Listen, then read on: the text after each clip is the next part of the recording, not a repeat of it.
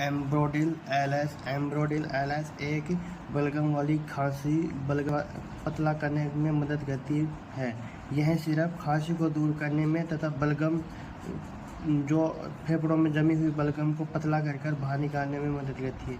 यह औषधि 3 प्रकार से मिलकर बनी हुई होती है। 3 प्रकार से मिलकर बनी होती है जिसके